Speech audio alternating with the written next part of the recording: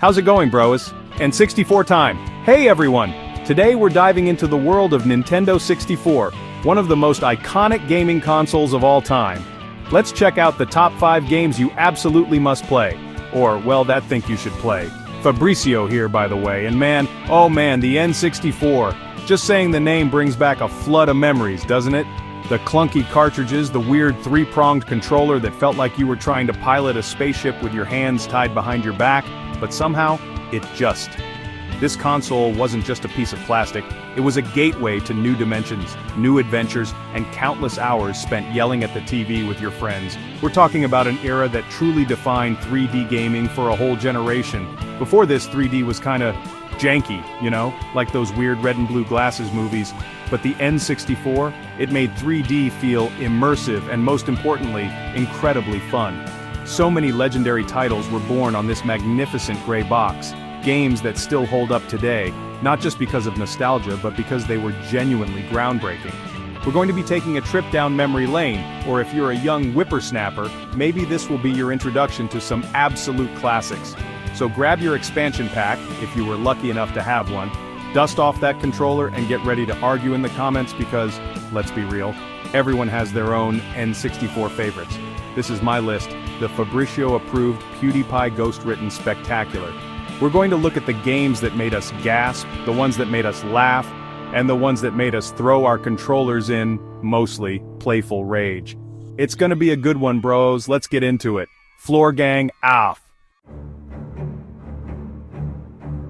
Alright, kicking things off with an absolute titan, a game that pretty much everyone agrees is like top-tier legendary. We're talking about The Legend of Zelda: Ocarina of Time. Seriously, if you haven't played this game, what are you even doing with your life? Go play it now! This wasn't just a game, it was the moment you stepped out into Hyrule Field for the first time, that vast open space, it was mind-blowing for its time. It felt like a whole world was there to explore, and it pretty much was. The scale of it was just unprecedented. The gameplay itself was revolutionary. Z-targeting, man, that little yellow fairy, Navi, might have been annoying with her "Hey, listen," but the targeting system she represented? Genius!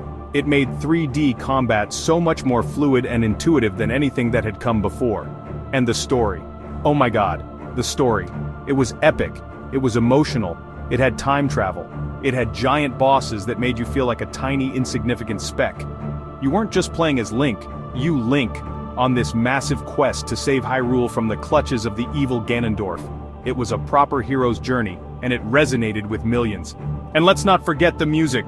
Koji Kondo, you absolute legend. Every melody in Ocarina of Time is iconic. From the serene tunes of Kokiri Forest to the haunting melody of the Shadow Temple, the soundtrack was a masterpiece in itself, perfectly complementing the atmosphere and enhancing the emotional weight of the story.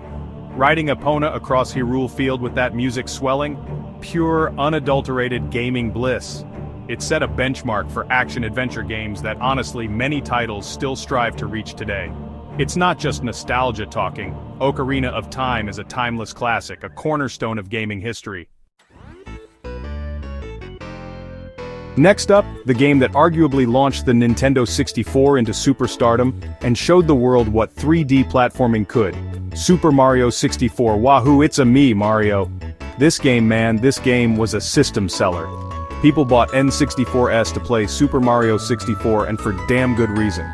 Stepping into Peach's castle for the first time and realizing you could jump into paintings to enter these vast imaginative worlds, my tiny little mind was blown into smithereens. It was pure magic. The freedom of movement was just insane for the time. Mario wasn't just running and jumping in a straight line anymore, he was doing triple jumps, wall kicks, backflips, long jumps. He was an acrobatic superstar. Exploring every nook and cranny of levels like Bob-omb Battlefield or Cool Mountain to find those precious power stars was an addiction. And the level design. So creative, so varied. Each painting felt like a portal to a completely different universe, each with its own unique challenges and secrets. It was like Nintendo just handed us a playground and said, "Go nuts!" Super Mario 64 didn't just define 3D platformers, it many of the conventions we still see today. The analog stick control, the dynamic camera, okay, sometimes it was a bit wonky, we can admit that, but it was trying. The open-ended level design, It was all groundbreaking stuff. Its influence on the gaming landscape is undeniable. So many developers looked at Mario 64 and thought, okay, is how you do 3D. It's a game that's pure joy from start to finish, and even now going back and collecting those stars feels just as satisfying as it did all those years ago. An absolute masterpiece, no question. Alright, let's switch gears, literally, and talk about the king of N64 multiplayer, the one, the only, Mario Kart 64. If you had an N64 and 3 friends, this game was your entire weekend. Every weekend. The sheer chaos, the screams of frustration when a blue shell hits you right before the finish line, the triumphant yells when you perfectly time a drift boost. Ah, good times. This game wasn't just about racing, it was about psychological warfare against your mates. The tracks in Mario Kart 64 are legendary. Moo Moo Farm, Calamari Desert, Yoshi Valley with its confusing maze of paths, and of course the ultimate test of skill and patience, Rainbow Road. Each track had its own personality, its own shortcuts, some more legitimate than others, Wario Stadium Jump, and its own set of hazards designed to ruin your day or make you a hero. And the items. Oh, the glorious items. The red shells, the green shells, the dreaded lightning bolt shrinking everyone, they added such an incredible layer of unpredictability and fun. But where Mario Kart 64 truly shone was its 4-player split-screen multiplayer. This was the golden age of couch co-op and competitive play, and Mario Kart 64 was the undisputed champion. Battle mode, with its block fort and skyscraper arenas, was just as popular, if not more so, than the actual racing for many of us. Trying to pop your friends' balloons while dodging their attacks was a frantic, hilarious experience that forged and broke friendships in equal measure. It's a game that's just pure, unadulterated fun, and its simple yet addictive gameplay loop keeps it a party favorite even today. Now for something completely different but equally legendary, GoldenEye 007. Before this game, most console first-person shooters were, well, let's just say, they weren't great. They often felt like clunky PC ports. But GoldenEye changed. Developed by Rare, those absolute wizards, this game proved that FPS games could not only work on a console but could be absolutely phenomenal. It wasn't just a good movie tie-in game, it was a fantastic game, period. The single-player campaign was brilliant. You felt like James Bond, sneaking through vents, completing objectives, using cool gadgets, and engaging in intense firefights. Each level was meticulously designed, often with multiple objectives that changed based on the difficulty setting, adding tons of replayability. Remember trying to beat Facility in under 2 minutes and 5 seconds for that invincibility cheat? The pain, the triumph. The music was also top-notch, perfectly capturing that Bond vibe. It was immersive, it was challenging, and it was incredibly satisfying to play. But let's be honest, the real reason GoldenEye is seared into our collective memory is its groundbreaking 4-player multiplayer. Facility Stack Archives, Odd Job, that cheating little bastard. Proximity Mines, Golden Gun. The hours, no, we spent huddled around the TV, trash-talking each other, accusing people of screen-looking. Everyone did it, admit it. It was a cultural phenomenon.